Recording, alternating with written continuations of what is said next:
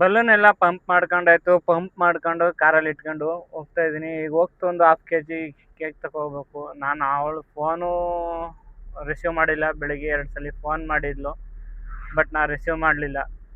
ಆಮೇಲೆ ನಾನು birthday wishes ಕೂಡ ಅವಳಿಗೆ ಹೇಳಿಲ್ಲ. ಸ್ಟೇಟಸ್ಗೆ ಹಾಕಿರೋದು 2 ಗಂಟೇಲಿ. ಏನು ಅನ್ಕೋತಾಳೆ ಏನು ಗೊತ್ತಿಲ್ಲ. ಫೋನು ರಿಸೀವ್ ಮಾಡಿಲ್ಲ. ಈಗ ಸರ್ಪ್ರೈಸಾಗಿ ಬರ್ಡೇ ಮಾಡೋಣ ಅಂದ್ಬಿಟ್ಟು ಬಲೂನೆಲ್ಲ ಪಂಪ್ ಮಾಡಿಕೊಂಡು ಈಗ ಹೋಗ್ತಾ ಇದ್ದೀನಿ. ಬೇಕ್ರಿಗೆ ಬಂದು ಬೇಕ್ರಿಲಿ ಕೇಕು ತಗೊಂಡಾಯ್ತು, ಹಾಗೆ ಬ್ಲಾಸ್ಟರು ಸ್ಪ್ರೇನು ತಗೊಂಡಾಯ್ತು. ಹಾಗೆ ನಾವು ಒಂದು ಸ್ವಲ್ಪ ಹೊಟ್ಟೆಗೆ ಹಾಕೊಂಡಾಯ್ತು. ಈಗ ಇಲ್ಲಿ ಸಿಗ್ನಲ್ ಬಿದ್ದಿದೆ. ಸಿಗ್ನಲ್ ಬಿದ್ದಿರೋದ್ರಿಂದ ನಿಲ್ಸಿದ್ದೀವಿ. ಸಿಗ್ನಲ್ ಬಿಟ್ಟ ಮೇಲೆ ಹೋಗ್ಬೇಕು. ಬನ್ನಿ ಈಗ ಹೋಗೋಣ. ಪೆಟ್ರೋಲ್ ಕೂಡ ಹಾಕ್ಸ್ಬೇಕು ಈಗ. ಫೈನಲಿ ಮನೆ ಹತ್ರ ಬಂದ್ವಿ. ಮನೆ ಹತ್ರ ಬಂದು ನನ್ನ ವೈಫ್ ಹೊರಗಡೆ ಬಂದಳು. ನಾನು ಕೇಕ್ ಕೊಟ್ಟೆ. ಅವಳೇನು ಅಷ್ಟೊಂದು ಸರ್ಪ್ರೈಸ್ ಕೂಡ ಆಗಲಿಲ್ಲ.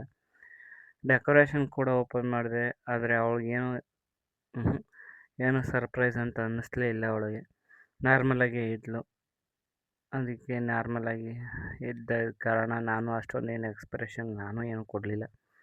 ಸೊ ಅದರಿಂದ ನನಗೂ ಬೇಜಾರಾಯಿತು. ಏನಿದು, ಏನು ಸರ್ಪ್ರೈಸ್ ಮಾಡೋ ಅಷ್ಟೊಂದು ಖುಷಿನೂ ಇಲ್ಲ, ಏನೂ ಇಲ್ಲ, ನಾರ್ಮಲಾಗಿ ಅವಳಲ್ಲ ಅಂತ ಅನ್ನಿಸ್ತು. ಓಕೆ ಬಿಡು ಅಂದ್ಬಿಟ್ಟದೆ ಕೇಕ್ ಕ್ಯಾಂಡಲ್ ಹಚ್ಚಿದ್ಲು.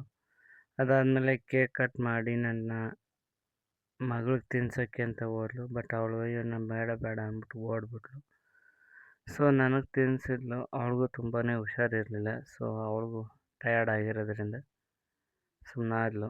ಈ ವಿಡಿಯೋ ಇಷ್ಟ ಆಗಿದ್ದರೆ ಲೈಕ್ ಮಾಡಿ, ಶೇರ್ ಮಾಡಿ, ಕಮೆಂಟ್ ಮಾಡಿ.